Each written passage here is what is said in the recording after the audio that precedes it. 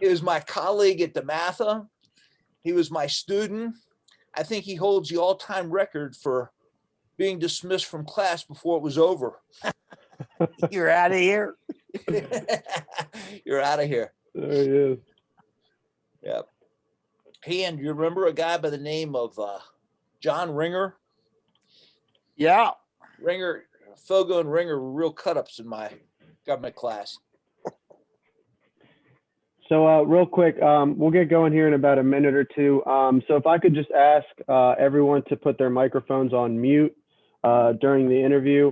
And then a lot of you guys I've seen before, and you guys have been on previous interviews, but the way we'll do it this time is a little bit different. So if you have a question for Mr. T, you're just going to let me know in the chat bar down below. So for example, if it was, Tom Ponton has a question, he would say Tom Ponton, class of 1978, and then I will call on you, and then yourself, then you'll ask Mr. T the question yourself. So just make sure when you're asking him the question, you unmute your microphone so that you can ask it, and then just return your microphone back to mute afterwards. So if you have a question or you would like to ask Mr. T something, you can go ahead and start writing, or just designate that you have one down below. And then as we get there, we'll try to get to all the questions if possible. Just kind of before we get started here, as you know, Mr. Moylan, Principal Emeritus John Moylan, passed away almost 2 weeks ago. So we would like to have a moment of silence for John. He started working at DeMatha in 1956. He served as a teacher, guidance counselor, coach, administrator, assistant principal, and then in 1968 he became the first lay principal of a Catholic school in the Archdiocese of Washington, where he would serve for 32 years. So in lieu of flowers, at the family's request, please consider making a contribution to the John Moylan Scholarship Fund. So with that being said, please join us in a moment of silence in remembrance for John Moylan.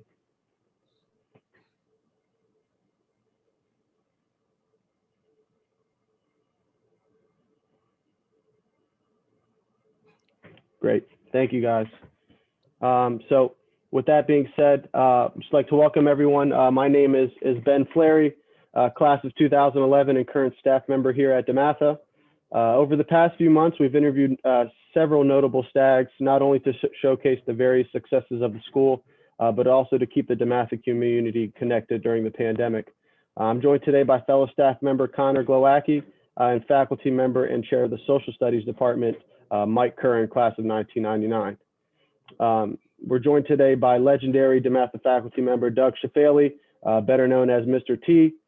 He taught for nearly 50 years at DeMatha, beginning in 1970, and has worn many hats throughout his years at DeMatha, including Social Studies Department Chair, AP Coordinator, Junior Class Advisor, member of the Disciplinary Committee, Bookstore Manager, Bingo Caller, Christmas Wreath Seller, Freshman Baseball Coach, Varsity Cross Country and Softball Coach. And he also initiated the American Government class here at DeMatha. Mr. T also served 26 years in the U.S. Army Reserves and still to this day operates his own private business, Mr. T's Janitorial Services. He grew up in Thurmont, Maryland, received his BS from Mount St. Mary's College in secondary education in U.S. history, and he later received his master's in education from University of Maryland in 1974. In 2005, Mr. T was inducted into the DeMatha Hall of Fame, and in 2006, he received the VFW, which is the Veterans of Foreign Wars National Citizenship Education Teacher Award, which recognizes classroom teachers for promoting citizenship education. There's no denying the positive influence Mr. T has not only had on DeMatha over his 50 years, but the thousands of students he's impacted throughout his career. And that impact is evident. During that same award ceremony in 2006, Principal Daniel McMahon said that, each year, and I quote, each year I ask seniors to complete an exit interview and to consider the people who have had a profound influence on their lives. And an astonishing number of seniors each year write about Mr. T. So I'm sure, many of you had the pleasure of having him in class at some time or other. And I was lucky to have him as a teacher as well, and also as a colleague for a few years. So with that being said, it's my pleasure to introduce Mr. Doug Tschiffely. Mr. T, thank you so much for joining us today. Before we get going, just want to ask how you've been doing and, you know, kind of how you've been handling life throughout the pandemic and if anything's been keeping you busy. Well, thank you for those kind words. And as you know, I retired in June of 2019. I'm still running my cleaning service for parochial schools and living in retirement in my home in Hyattsville. And I've often heard that you're actually busier during your retirement than when you had a set schedule and working every day. And that's proved to be true with projects around the house. And also, 3 or 4 evenings a week, I chase my jobs and go out on the jobs. So I've been doing well, staying safe, staying home. Good. Awesome, Mr. T. So kind of my first question for you. So I've always been curious about this, but what originally brought you to work at DeMatha? How did you hear about DeMatha, or what did, if maybe someone got you started working? How did that whole process go about? Well, when I was in high school as well as in college at Mount St. Mary's, I knew of Morgan Wooten and DeMatha High School. And then after college, I was in the Army and married in December of '69. And my wife was a second-year teacher at St. John. She was a French teacher. And I was due to be discharged from the Army in June of 1970. She said, why don't you put in some application? I thought I was going to law school. Why don't you put in some applications at Catholic schools, at St. John's and DeMatha, et cetera. I knew of DeMatha, and I had 2 interviews in the spring of that year, one at O'Connell and the other at DeMatha. And John Whelan called me, and I was home on leave for Memorial Day weekend. I came to DeMatha for the first time on Saturday morning of Memorial Day weekend, 1970, to interview with John.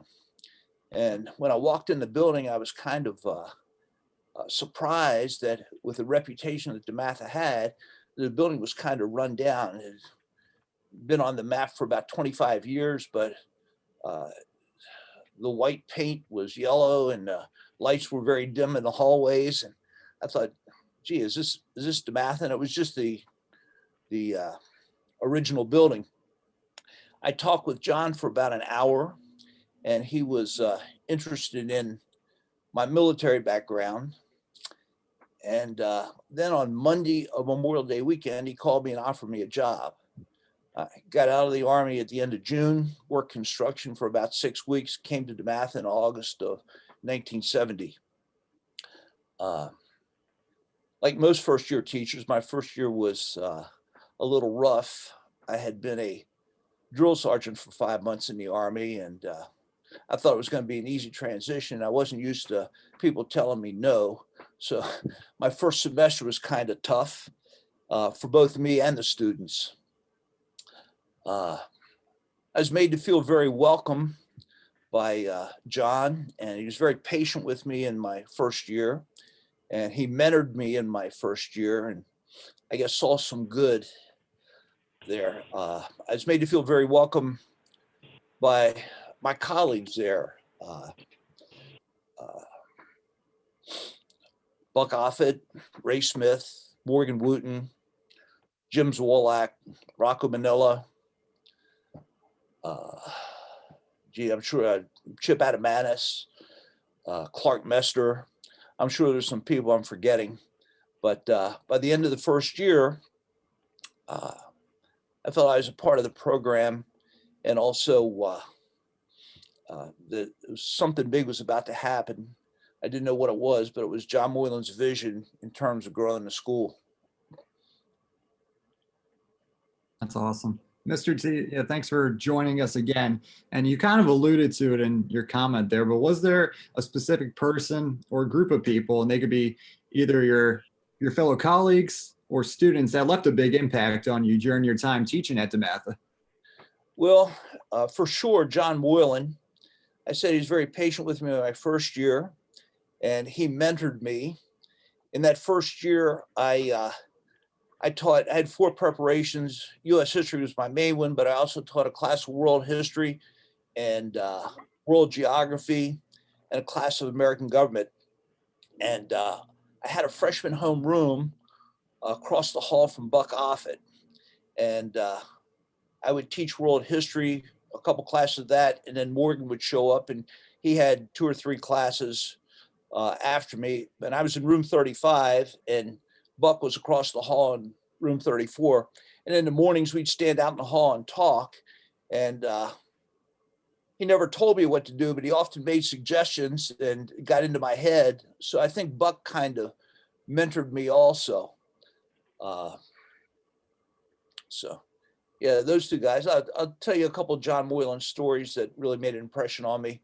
All through the 70s, John would spend his summer, sometimes 7 days a week, sitting at his desk doing the master schedule by hand, scheduling every teacher and every student by hand. He spent all summer doing that. Also in I think it was 85, I was in the reserves and I was promoted from sergeant major to command sergeant major. And that's a big deal in the Army. They had a ceremony and I invited various people, but who showed up at John Moylan on a Saturday afternoon at 4 o'clock for that promotion ceremony. So he's very much a people person and into the success of his faculty and into the success of his students. And that was kind of a guiding light for me. Hey, Doug, welcome back. Glad to see you again. Hi, Mike.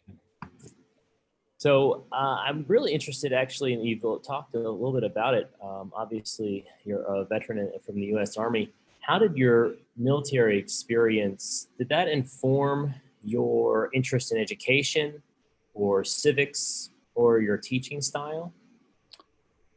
Yeah, I think it had a little bit to do with my teaching style as I went through the ranks and became a first sergeant and a sergeant major and then a command sergeant major initially of a battalion. I was responsible for the training and the record keeping and all that for like 1,500 troops. And I think the 2 things, my teaching and my relationship with teenagers, as well as running my business, my relationship with my employees, as well as my relationship with my soldiers in the military, they kind of complemented each other. I had a strong interest in history and civics, majored in U.S. history in undergraduate school. And then after I had committed to teaching in the second year, John Moylan said, well, now it's time to go for a graduate degree. And I went to the University of Maryland and I was interested in government and civics. It was the Nixon era and majored in American government and secondary education for my graduate degree. Yeah. Thank you, Mr. T. And thank you, Mike, for the question. So we'd like to open the floor up to the audience now. So a lot of you guys have been typing in questions, which is great. So we're going to call on you and you can ask the question yourself to Mr. Tschiffely. So the first one, I'll try to get to everyone. The first one I see here is Yinka. So Yinka, if you want to unmute your mic and ask Mr. T a question. Great to see you, Mr. T. Congratulations on your retirement. I was just asking, what do you miss most about teaching at DeMatha? And second, kind of a funny question, towards the latter end of your career, did you still tee students up by ejecting them as an umpire? Well, I think the thing I miss most are the people, my colleagues and the students. And for 40 years, I had 2 jobs, teaching at DeMatha, and I was there at 7:15, 7:30 every morning. And then at 3:30, 4 o'clock in the afternoon, I'd go and run my janitorial business. Teaching at DeMatha was never a job. It was always a fun experience or a joy. And I look forward to going there each day and being with my colleagues and students. And that's what I miss the most. And in the latter years of my teaching career, Dr. McMahon kind of frowned on the teeing students up. So I kind of cut back on that and took a more parental approach where we were able to work it out outside the classroom, stand outside in the hallway. Mr. T, we got a question from Matt Hobble, class of 83. So Matt, feel free Sure. to mic and ask. Hello, Mr. T. Hey, How are Matt, you how you doing? doing? Good to see All you. right, sir. You're looking good, sir. Thank you. It's been a while. It Like has you been. said, it's been about 40 years, so it's coming up. My question to you is, what do you think about our present governmental situation going on, administration, and how the status of our country? What do you think about it? Well, I was very disappointed with what happened on January the 6th. I'm hoping that President Biden can achieve some unity in the country and that the country can heal. I was a beneficiary of President Trump's economic policies in the growth of my IRA. I live across the street from St. Mark's, and during the pandemic, each Tuesday morning, about 400 cars line up to receive food packages for the week. So that's a very, very real concern. And I hope that we can recover quickly from the pandemic and heal the racial unrest that exists in the country and heal the political division that exists in the country and go forward. We've never had a time like we're going through now. So, yeah. Thank you, Matthew. Thank you, Mr. T. Next question we have from Christopher Randolph. So, Christopher, if you want to ask Mr. T a question. Good to see you, Mr. T. Thanks for coming on with us. It's good Also to see you. want to thank you. You hired me as one of your site supervisors when I was in college over at St. Michael's in Silver Spring. So I too am an alumnus of Mr. T's janitorial services as well as your homeroom. I wanted to ask you, I recall registering for the selective service in your class, if I'm not mistaken. Right.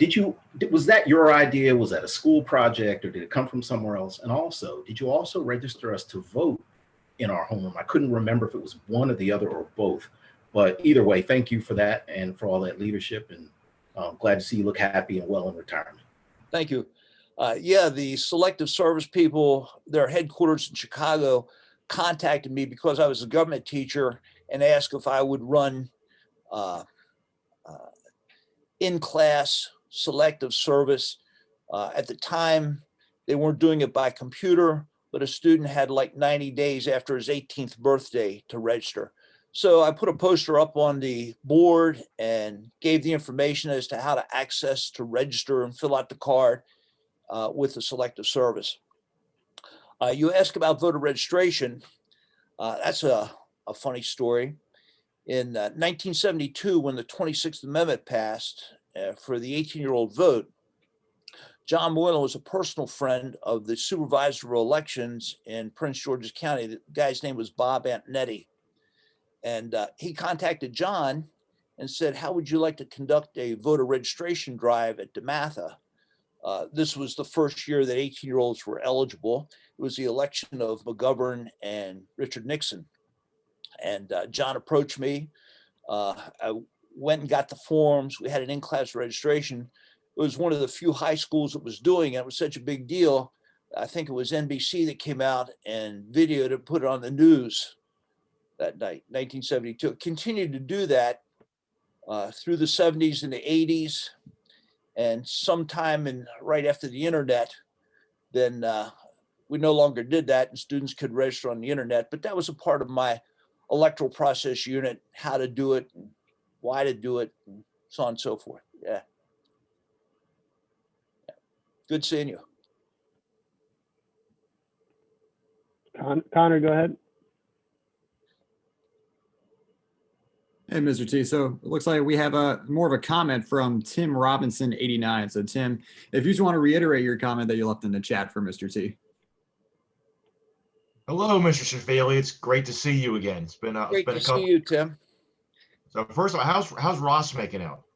Well, I guess well as could be expected. He's on constant oxygen and he's hooked to a respirator and through a tracheotomy. and he has gained weight. He needs a double lung transplant, and he is hesitant to do that because the odds aren't very good. But he's at home. He has a little part-time job at an elementary school for 4 hours in the morning. He goes to physical therapy 3 times a week, and he's doing well. Well, first, I tell him I asked about him, but I always remembered in the 1988 election, it was George H.W. Bush versus Michael Dukakis. Yes. And I just remember you putting all the signs for both candidates in your room and the spirited discussions that we would have. And then I remember the discussions that we had over the images of Dukakis riding in the tank. Oh yeah, I think that might have killed his election. Yeah. Yeah, I just, and you know, some of the things, and I've always said between you and Mr. Macheski, you know, in terms of involving me in reading the newspaper and being involved in the politics, these are things that when I left DeMatha, they stayed with me. So I want to thank you for that. Well, thank you. You're still with the Wicomico County Police Department. Yep, I'm still there for at least another couple of years. And still teaching at Salisbury University. Yep, still teaching history, and I'm teaching in person. Uh-huh.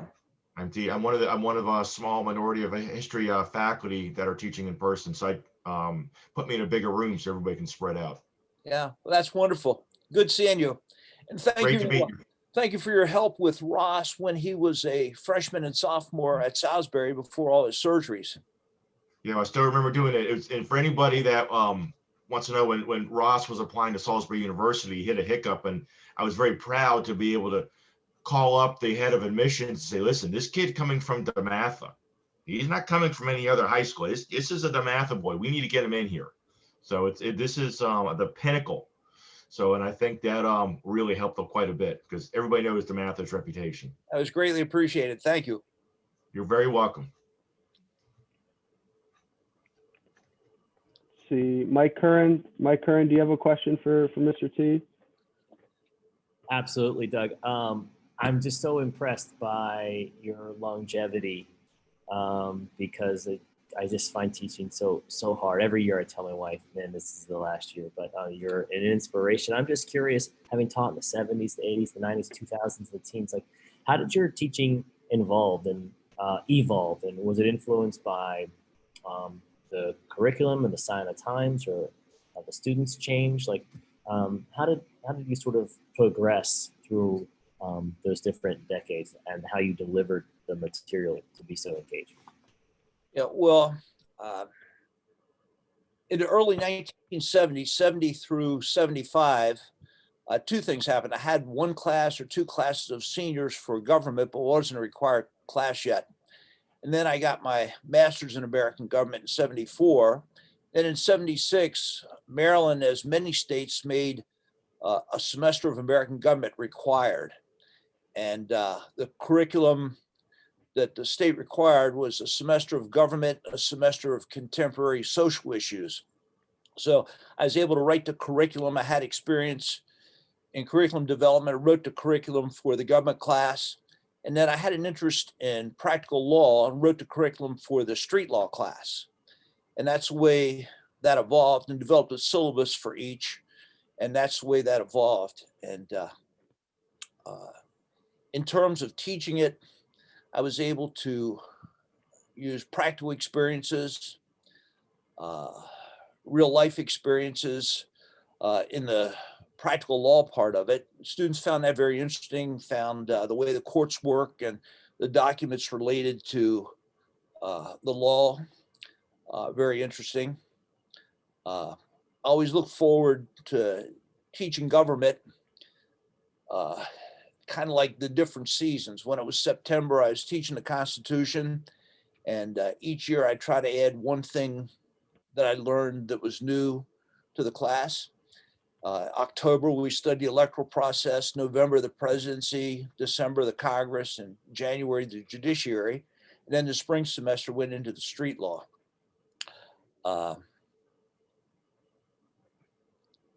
Really knew the material, and was able to relate the material to the students. I went through a whole series of, in the 70s, I used transparencies and overhead projector.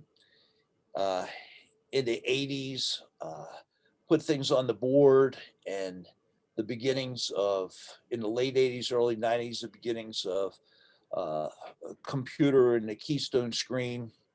And I guess for the last 20 years, I used the computer and projected notes and videos and things like that on the screen. I was able to keep the students interested with the stories I had and the things I had read in the paper, etc.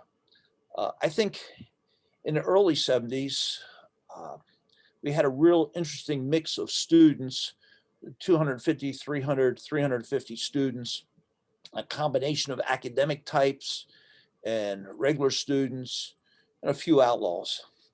In the 80s, the student body became a little more sophisticated.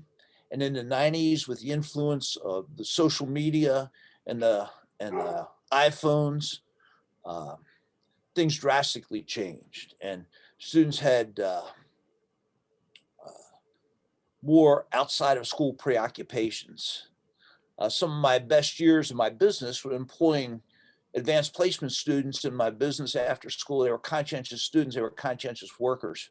But by the mid 90s, I was, there's so many other preoccupations on the part of students that I was very lucky just to have all adults from University of Maryland working for me and things like that. Yeah. So times change, times change. Yeah. Thank you, Mr. T. That's a great question, Mike. So we're going to go to Patrick Ricciucci has a comment, and then after his comment, Brian Stevenson has a question. So let's go with Mr. Ricciucci first, and then we'll go to Brian Stevenson. Patrick, you're on mute. Sorry, Patrick. You're going to have to unmute yourself.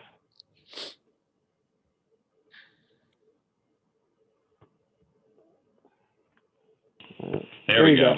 Pat Ricciucci, one of the DeMatha legend softball pitchers. There we go. Hey, Mr. T, how are you? I'm good, thanks. How are you?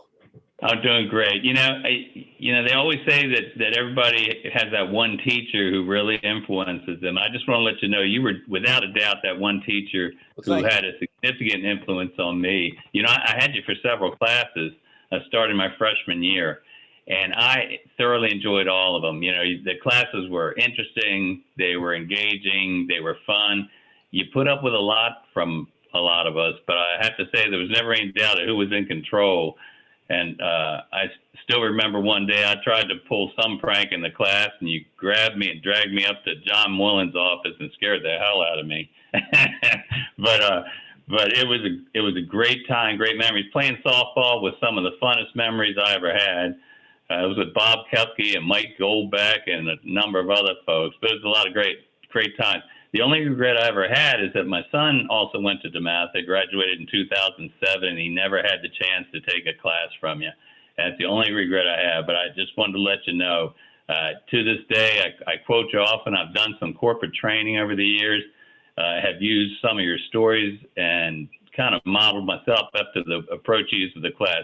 Thanks very much. Really appreciate it. Well, thank you so much for your kind words. Thank you. Sure. Thank you, Pat. Let's go Brian Stevenson.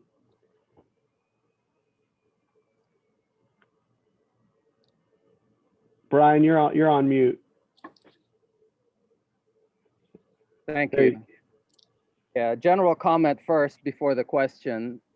The entire DeMatha family from John Moylan on down had a big impact on me. I remember specific teachers that had that kind of impact that lasted for many years. Doug, you were one of them. I was in your homeroom senior year and took government and civics. And you had that impact as well as being my cross-country coach. So just to the whole DeMatha family, my wife is a head teacher of a school, and I had her listen to the eulogy for John Moylan. And she was able to empathize as well as identify with a lot of what he was saying and what he did. And it was kind of affirmation for her.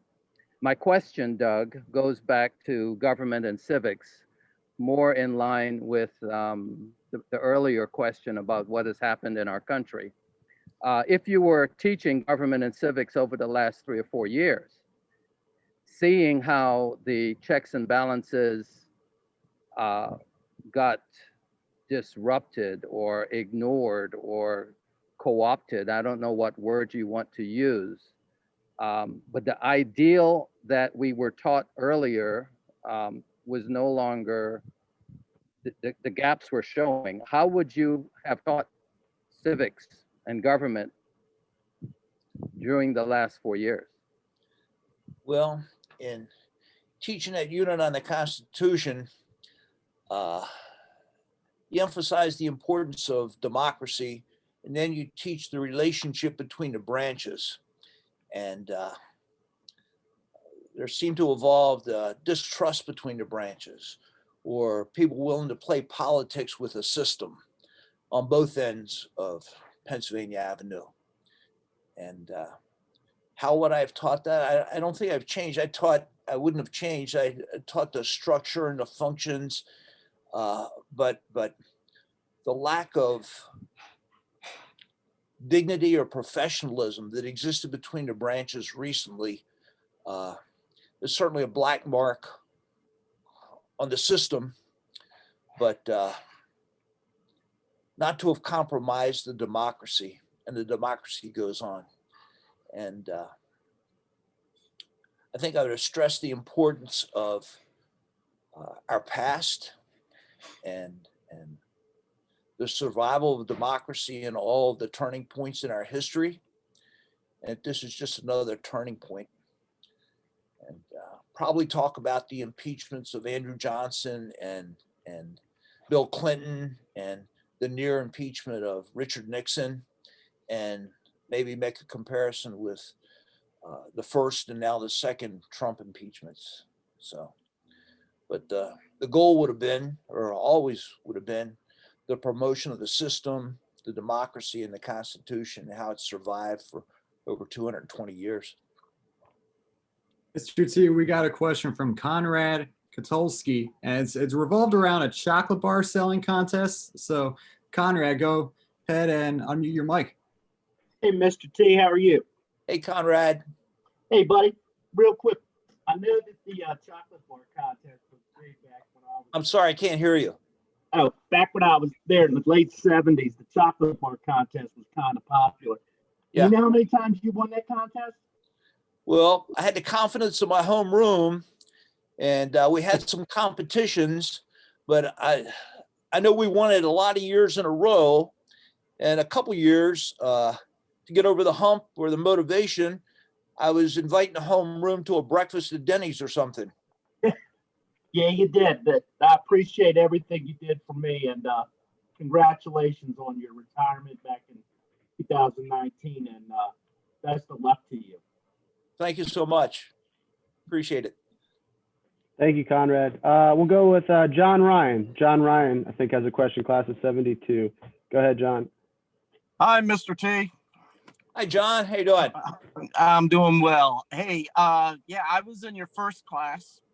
Played softball for you, center field in 72, in that high-profile sport of slow pitch softball at DeMatha.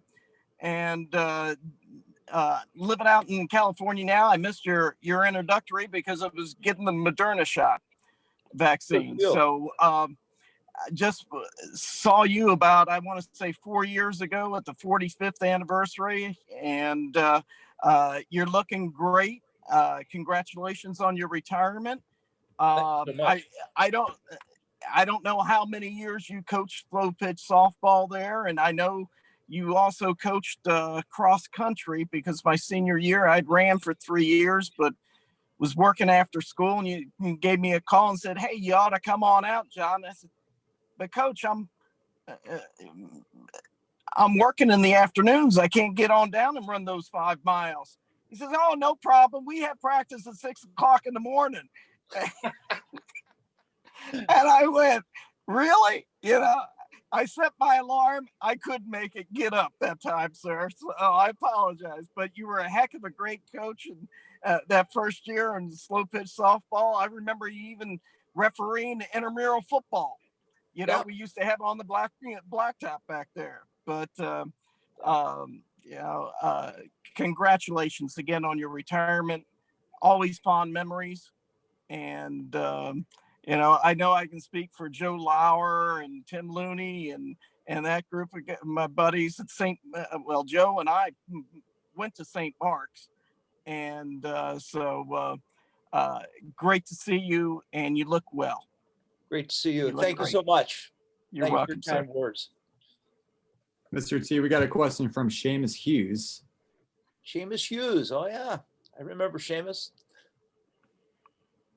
Seamus, I think we need you to unmute your mic. There we go. Hi, Mr. J. Class of 02. I apologize for missing the start of your talk. I just wanted to jump in and say, I run a research center at George Washington University, and I spent 5 years in the Senate and 6 or 7 years in the intelligence community, and it's all because of you. And so you inspired me and got me into public service, and I just wanted to say thank you very much for everything you did to get to me where I am now. So thank you, Mr. T. Well, thank you for your kind words. And I remember that on the morning of September 11th, 2001, I was given a test. Yep. You came into my classroom. You weren't in that particular class period taking the test. You came into my classroom. You say, hey, Mr. T, did you hear what happened? And I said, what's that? He said, well, 747 just flew into one of the towers in New York. I said, oh, wow, what a terrible accident or tragedy. And you said, Mr. T, I don't think it was a tragedy. The second one just hit the second tower. I remember that. Yep, I remember that too. And your class was a very formative time for me. So thank you very much. Thank you. Thank you, Seamus. So, Mr. T, I got a question for you before I ask it, though. Mike Landy, apparently his mom wants to know if you miss the bingo chicken. we spent many of Friday nights and Sunday afternoons together, and I appreciate all the meals that she prepared, free meals for all the staff of the bingo, as well as her great cooking for all the customers that kept coming back to the bingo and supporting the school. That's great. So my question, Mr. T, I'm going to kind of put you on the spot here, but do you have, is there a memory or two maybe that stick out from your time at DeMatha, like something that you'll never forget, or just a memory that maybe you hold fondly during your time here? Gee, there are so many memories that I was there for the transitional development and successes of DeMatha all those years. When I came, John Moylan was starting his third year as principal. And the growth of all the programs, he brought John Mitchell and Jim Roper in the 70s, the growth of the music program, and then Jim Turk in the 90s, the growth of the computer program with Rocco Manila, and then Neil Murphy and Tom Krasowitz. The athletic program was always well established. Morgan Wooten was both basketball and football coach in the 60s, and then gave up football after the 69 season and coached basketball. But the success of the athletic program with Morgan Wooten and Bill McGregor and Dick Long and Mike Jones, phenomenal success. All the people that, I know in 1983 and again in 1991, DeMatha was recognized as School of Excellence by the U.S. Department of Education. And I know John Moylan was so proud of that, and I was so happy for John and the success of that. And that really put DeMatha on the map, as well as all the other things he was doing. All the people that received awards from the Washington Post, 2 Principals of the Year, John Moylan, Dan McMahon, 2 or 3 Teachers of the Year, Rich Macheski, Rick Reeves, Tom Krasowitz, 3 or 4 Coaches of the Year, Bill McGregor, Tom Krasowitz,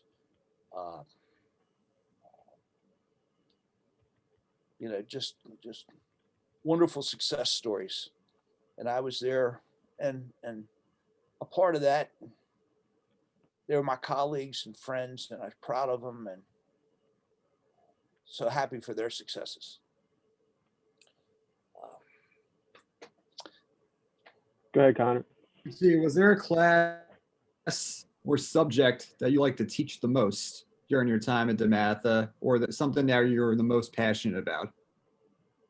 Well, yeah, in the last 45 years that I taught, I settled in. I taught all seniors the government and the street law, and I taught the different levels of American government, a couple AP classes, and always taught on a class of honors government, and the regular. And I enjoyed that very much, as well as teaching the street law. And I was able to maintain my enthusiasm and passion for teaching it, and I hope I made it interesting. Sometimes I know that my tests were trying, but also throughout my career, I gave good reviews for those tests, and I think the students appreciated that. So, Thanks, Mr. T. So I got one final question for you. Before I get to it, Jack Moreland just says, thanks again for helping me prep for the AP test in an honors course. That was from Jack Moreland. But my last question to you, and thank you everyone for your questions, and I hope I got to everyone. I think we got to everyone. And thank you for joining us again this week. But my question to you, Mr. T, last one is, what made you stay? And I know you alluded to it a bit, but what made you stay at DeMatha for almost 5 decades, and what sets DeMatha apart from other high schools in the country, in your opinion? well, for sure, I stayed at DeMatha for so long because of the people and my love of the people, my colleagues, the students, my love of the job. I guess going to DeMatha for me most days was kind of like Christmas morning. Had great anticipation of what was going to happen that day, and loved to see my family and my friends. And DeMatha was my family and friends. And what was the second part of your question? In your opinion, what separates DeMatha, or how does it stand out from other high schools in the country? In your opinion, how does DeMatha stand out? Well, I think it stands out in that everybody there is invested in it. The teachers, the administration, invested in the success of the students, and most students respond to that. And I think that's the principal reason I stayed so long, that everybody was so positive and invested in the success of students, and willing to make the sacrifices or whatever we had to do to just so many successes over the year. I listed some, but facet of the insignificance of having all these different sports that everybody could participate, softball, or not major sports like that, or Charlie Kenny winning the mock trial team award when he did. Everybody had something to contribute, and always gave 100% plus. And I just like to say before I go that if you were my student or my colleague or the administration or on one of the teams that I coached, or a parent of a student, or a friend at DeMatha that became my friend along the way, I just want to tell you how much you meant to me. And thank you for a wonderful career. And thank you for a wonderful life. Thank you, Mr. T. Thank you for everything that you've taught all of us as well.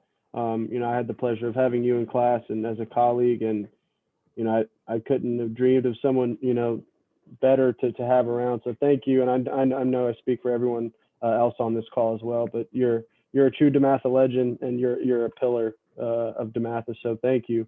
But real quick before we go, I know Tom Hogan he wanted to make a remark. Tom, go ahead. Sorry. Hey, Mr. T, welcome to the retired life. I hope it treats you well. I had just a single class from you. but you were probably my most influential teacher that I had for a single class. It was the AP US history. And the way you taught us and the way you forced us to do tests with the essays and gather the themes together to understand it, look at source documents was really valuable and a great way of teaching. Kind of a double edge because I was in engineering college at Maryland and my academic bandwidth was kind of limited. So that was the last history class I ever took. So now I'm a big customer of the great courses, and I watch a lot of courses on different history subjects because you did inspire that in me. And I think you did a great job. And, I was happy to be in your class. Thank you so much. Thank you. Good seeing you. So as we conclude our afternoon with Mr. T, I'd just like to thank everyone again that joined us today for your terrific questions. Obviously, thank you, Mr. T, for answering those questions and taking time out of your day to join us. Mr. T. Hey, Joe. Keep well. We had a lot of great memories, buddy. We had a lot of great memories. Okay. We were the class in 1970. All right. All right. But just this goes without saying, Mr. T, but thank you for everything you not only have done for DeMatha, but for its students and just for the whole community. We hope to see you soon. And just thank you again. Until then, stay safe, Mr. T, and go Stags. Go Stags. Thank you, Mr. T. Have a good day. You too. Bye-bye.